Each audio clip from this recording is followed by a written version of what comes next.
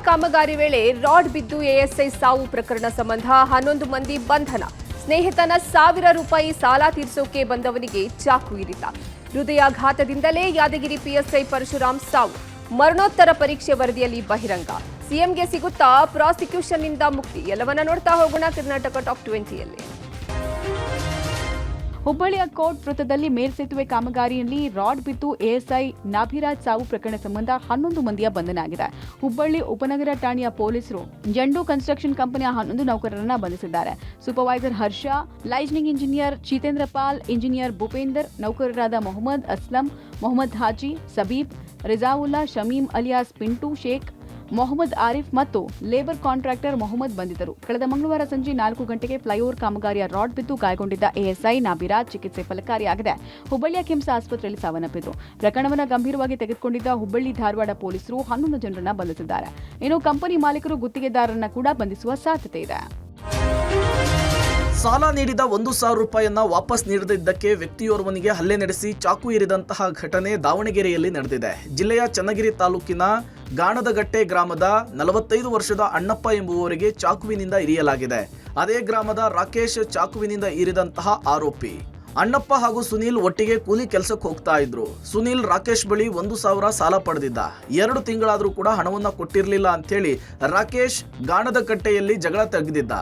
ರಾಕೇಶ್ ಜಗಳ ಮಾಡ್ತಿದ್ದಾಗ ಸ್ನೇಹಿತನ ಪರ ಅಣ್ಣಪ್ಪ ಹೋಗಿದ್ದು, ಇನ್ನೆರಡು ದಿನದಲ್ಲಿ ನಾನೇ ₹1,000 ನೀಡ್ತೇನೆ ಅಂತ ಹೇಳಿದ್ರು. ಇದರಿಂದ ಕೋಪಿತಗೊಂಡಂತಹ ರಾಕೇಶ್, ಸುನೀಲ್ ನನಗೆ ಹಣವನ್ನ ಕೊಡಬೇಕಾಗಿರೋದು ನೀನಲ್ಲ ಅಂತೇಳಿ ಜಗಳ ತೆಗೆದಿದ್ದಾನೆ. ಮಾತಿಗೆ ಮಾತು ಬೆಳೆದು ಅಣ್ಣಪ್ಪನಿಗೆ ರಾಕೇಶ್ ಚಾಕುವಿನಿಂದ ಇರಿದಿದ್ದಾನೆ.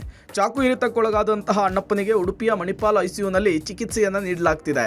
ಅಣ್ಣಪ್ಪ ಕುಟುಂಬಸ್ಥರು ದೂರನ್ನ ನೀಡಿದ್ರು. ಆರೋಪಿಗಳ ಬಂಧನವಾಗಿಲ್ಲ ಅಂತೇಳಿ ಕುಟುಂಬಸ್ಥರು ಆಕ್ರೋಶ ಹೊರಹಾಕಿದ್ದಾರೆ. ಯಾದಗಿರಿಯ ಪಿಎಸ್ಐ ಪರಶುರಾಮ್ ಹೃದಯಾಘಾತದಿಂದ ಸಾವನ್ನಪ್ಪಿರುವುದಾಗಿ ಮರಣೋತ್ತರ ಪರೀಕ್ಷೆಯಲ್ಲಿ ಕನ್ಫರ್ಮ್ ಆಗಿದೆ. ಪಿಎಸ್ಐ ಪರಶುರಾಮ್ ನಿಗೂಢವಾಗಿ ಸಾವನ್ನಪ್ಪಿದ ಹಿನ್ನೆಲೆಯಲ್ಲಿ ಪರಶುರಾಮ್ ಅವರ ಅಂಗಾಂಗವನ್ನ ಎಫ್ಎಸ್ಎಲ್ಗೆ ಕಳುಹಿಸಲಾಗಿತ್ತು. ಇದೀಗ ಮರಣೋತ್ತರ ಪರೀಕ್ಷೆಯ ವರದಿ ಬಂದಿದ್ದು, ಹೃದಯಾಘಾತದಿಂದಲೇ ಪಿಎಸ್ಐ ಸಾವನ್ನಪ್ಪಿರುವುದಾಗಿ ಬಹಿರಂಗಗೊಂಡಿದೆ. ಅಲ್ಲದೆ ಪಿಎಸ್ಐ ಪರಶುರಾಮ್ ದೇಹದಲ್ಲಿ ಯಾವುದೇ ವಿಷಕಾರಿ ಅಂಶ ಇಲ್ಲದಿರುವುದು ಕೂಡ ಕನ್ಫರ್ಮ್ ಆಗಿದೆ. ಪರಶುರಾಮ್ ಸಾವಿನ ಬಳಿಕ ಅವಧಿ ಪೂರ್ವವಾಗಿ ಯಾದಗಿರಿ ಠಾಣೆಯಿಂದ ಶಾಸಕ ಚನ್ನಾರೆಡ್ಡಿ ಪುತ್ರ ಸನ್ನಿಗೌಡ ಹಣಕ್ಕೆ ಬೇಡಿಕೆ ಇಟ್ಟಿದ್ರು ಎಂಬುದಾಗಿ ಪಿಎಸ್ಐ ಪರಶುರಾಮ್ ಪತ್ನಿ ಶ್ವೇತಾ ದೂರನ್ನು ಕೊಟ್ಟಿದ್ರು. ಯಾದಗಿರಿ ನಗರ ಠಾಣೆಯಲ್ಲಿ ಪ್ರಕರಣ ದಾಖಲಾಗಿದ್ದು, ಇದೀಗ ಮರಣೋತ್ತರ ಪರೀಕ್ಷೆ ಹೃದಯಾಘಾತದಿಂದ ಸಾವನ್ನಪ್ಪಿದ್ದಾರೆ ಅಂತೇಳಿ ಬಂದಿದೆ. ವರ್ಗಾವಣೆ ದಂಧೆಯ ಬಗ್ಗೆ ಸಿಐಡಿ ತಂಡ ತನಿಖೆಯನ್ನ ಮಾಡ್ತಾ ಇಲ್ಲ. ಸಹಜ ಸಾವು ಅಂತೇಳಿ ಪ್ರಕರಣವನ್ನ ಮುಚ್ಚಿ ಹಾಕ್ತಾರಾ ಎಂಬಂತಹ ಪ್ರಶ್ನೆ ಕೂಡ ಕಾಡ್ತಾ ಇದೆ.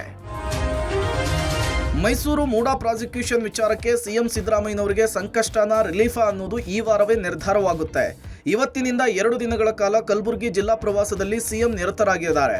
ನಾಳೆ ಕಲಬುರಗಿಯಲ್ಲಿ ಸಿಎಂ ನೇತೃತ್ವದಲ್ಲಿ ವಿಶೇಷ ಕ್ಯಾಬಿನೆಟ್ ನಡೆಯಲಿದೆ. ಹೀಗಾಗಿ ಕ್ಯಾಬಿನೆಟ್ ಮುಗಿದ ಮೇಲೆ ಬುಧವಾರದ ಬಳಿಕ ಮುಂದಿನ ಹೋರಾಟದ ಬಗ್ಗೆ ಹೈಕಮಾಂಡ್ ಜೊತೆಗೆ ಚರ್ಚೆ ನಡೆಸಲಿದ್ದಾರೆ. ಮೂಡಾ ಪ್ರಕರಣದ ಪ್ರಾಸಿಕ್ಯೂಷನ್ ಕೇಸ್ ವಿಚಾರಣೆ ಪೂರ್ಣಗೊಂಡಿದೆ. ಅಂತಿಮ ಆದೇಶವನ್ನ ಕಾಯ್ದಿರಿಸಿ ಮಧ್ಯಂತರ ಆದೇಶವನ್ನ ನ್ಯಾಯಮೂರ್ತಿಗಳು ಮುಂದುವರೆಸುತ್ತಾರೆ. ಬುಧವಾರದ ಬಳಿಕ ಯಾವ ದಿನದಲ್ಲಾದರೂ ಕೂಡ ಅಂತಿಮ ಆದೇಶ ಪ್ರಕಟವಾಗುವ ಸಾಧ್ಯತೆ ಇದ್ದು, ಪರ ವಿರುದ್ಧದ ತೀರ್ಪು ಬಂದ್ರೆ ಏನ್ ಮಾಡಬೇಕು ಎಂಬ ಬಗ್ಗೆ ಚರ್ಚೆ ಮಾಡಲಿದ್ದಾರೆ. ರಾಜಕೀಯ ಹೋರಾಟ ಮುಂದಿನ ಹೆಜ್ಜೆಯ ಬಗ್ಗೆಯೂ ಕೂಡ ಹೈಕಮಾಂಡ್ ಜೊತೆಗೆ ಚರ್ಚಿಸಲು ಸಿಎಂ ಮುಂದಾಗಿದ್ದಾರೆ.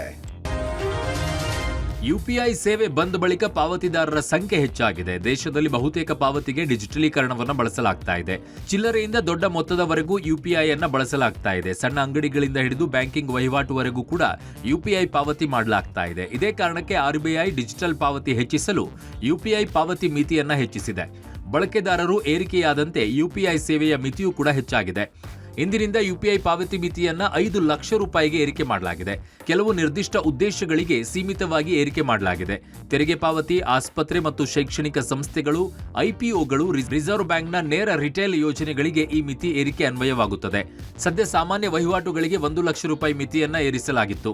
ಇನ್ನು ಗ್ರಾಹಕರು ಹೆಚ್ಚಿನ ಮಿತಿ ಬಳಕೆ ಮಾಡುವ ಮುನ್ನ ಸಂಬಂಧಿಸಿದ ಬ್ಯಾಂಕ್ಗಳಲ್ಲಿ ಯುಪಿಐ ಆಪ್ಗಳಲ್ಲಿ ಪರಿಶೀಲಿಸುವಂತೆ ಎನ್ಸಿಪಿಐ ಅಂದ್ರೆ national payments corporation of India ಸೂಚಿಸಿದೆ. ಹಾಸನದಲ್ಲಿ ಕಾಡಾನೆಗಳ ಹಾವಳಿ ದಿನೇ ದಿನ ಹೆಚ್ಚಾಗ್ತಾ ಇದೆ. ಬೆಳ್ಳಂಬೆಳಗ್ಗೆ ಗ್ರಾಮದೊಳಗೆ ದೈತ್ಯಾಕಾರದ ಒಂಟಿ ಸಲಗವೊಂದು ಎಂಟ್ರಿ ಕೊಟ್ಟಿದೆ. ಮತ್ತೊಂದು ಕಡೆ ಗ್ರಾಮದೊಳಗೆಲ್ಲ ಕಾಡಾನೆಗಳ ಹಿಂಡು ಓಡಾಡಿ ಆತಂಕವನ್ನು ಹೆಚ್ಚಿಸಿದೆ. ಬೇಲೂರು ತಾಲೂಕಿನ ಬಿಕೋಡು ಗ್ರಾಮದಲ್ಲಿ ಕಾಡಾನೆಗಳನ್ನು ಕಂಡು ಗ್ರಾಮಸ್ಥರು ಭಯಭೀತರಾಗಿದ್ದಾರೆ. ಇತ್ತೀಚಿನ ದಿನಗಳಲ್ಲಿ ಬೆಳಗ್ಗೆ ಸಂಜೆಯ ವೇಳೆ ಗ್ರಾಮಕ್ಕೆ ಗಜಪಡೆ ದಾಂಗುಡಿ ಇಡ್ತಿದೆ.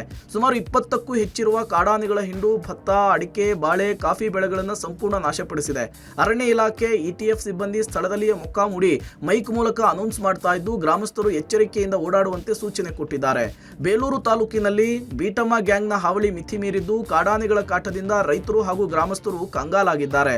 ಜಮೀನು ಕಾಫಿ ತೋಟಕ್ಕೆ ತೆರಳಲು ರೈತರು ಹಾಗೂ ಕಾಫಿ ಬೆಳೆಗಾರರು ಭಯ ಪಡ್ತಿದ್ದಾರೆ. ಕಾಡಾನೆಗಳನ್ನು ಅರಣ್ಯಕ್ಕೆ ಓಡಿಸುವಂತೆ ಮನವಿ ಮಾಡಿದ್ರು ಅರಣ್ಯ ಇಲಾಖೆ ಸಂಪೂರ್ಣ ವಿಫಲವಾಗಿದೆ ಅಂತೇಳಿ ಹಿಡಿಶಾಪವನ್ನ ಹಾಕಿದ್ದಾರೆ. ರಾಜ್ಯಾದ್ಯಂತ ಈದ್ ಮಿಲಾದನ್ನು ಸಂಭ್ರಮದಿಂದ ಆಚರಣೆ ಮಾಡಲಾಗಿದೆ. ಬಾಗಲಕೋಟೆಯ ತೆರದಾಳ ಪಟ್ಟಣದಲ್ಲಿ ಈದ್ ಮಿಲಾದ್ ಪ್ರಯುಕ್ತ ಮೆರವಣಿಗೆ ಮಾಡಲಾಯಿತು. ಮೊಹಮ್ಮದ್ ಪೈಗಂಬರ್ ಗುಂಬಜ್ ಮಾದರಿಯ ಸಮೇತ ಮೆರವಣಿಗೆಯನ್ನು ನಡೆಸಲಾಯಿತು. ಮಕ್ಕಳಿಗೆ ಸಿಹಿಯನ್ನ ಹಂಚಿ ಪೈಗಂಬರ್ ಪರ ಘೋಷಣೆ ಕೂಗಲಾಯಿತು. ಇತ್ತ ಹಾಸನದಲ್ಲಿ ಪೆನ್ಷನ್ ಮೊಹಲ್ಲಾ, ಮಿರ್ಜಾ ಮೊಹಲ್ಲಾ, ಸುಭಾಷ್ ವೃತ್ತ, ಆಜಾದ್ ರಸ್ತೆ, ವಲ್ಲಭಭಾಯಿ ರಸ್ತೆಯಲ್ಲಿ ಬಗೆ ಬಗೆಯ ಬಾವುಟಗಳು, ಬಂಟಿಂಗ್ಸ್ನಿಂದ ಅಲಂಕಾರ ಮಾಡಲಾಗಿತ್ತು. ನಗರದ ಪ್ರಮುಖ ರಸ್ತೆಗಳಲ್ಲಿ ಈದ್ ಮೆರವಣಿಗೆ ಸಾಗಿದ್ದು, ಇನ್ನು ದಾವಣಗೆರೆಯಲ್ಲಿ ಪಿಬಿ ರಸ್ತೆ ಉದ್ದಕ್ಕೂ ಕೂಡ ಹಸಿರು ಬಾವುಟಗಳು ರಾರಾಜಿಸಿದ್ವು. ಇದಕ್ಕೆ ಸಾರ್ವಜನಿಕ ವಲಯದಲ್ಲಿ ವಿರೋಧ ಕೂಡ ವ್ಯಕ್ತವಾಯಿತು.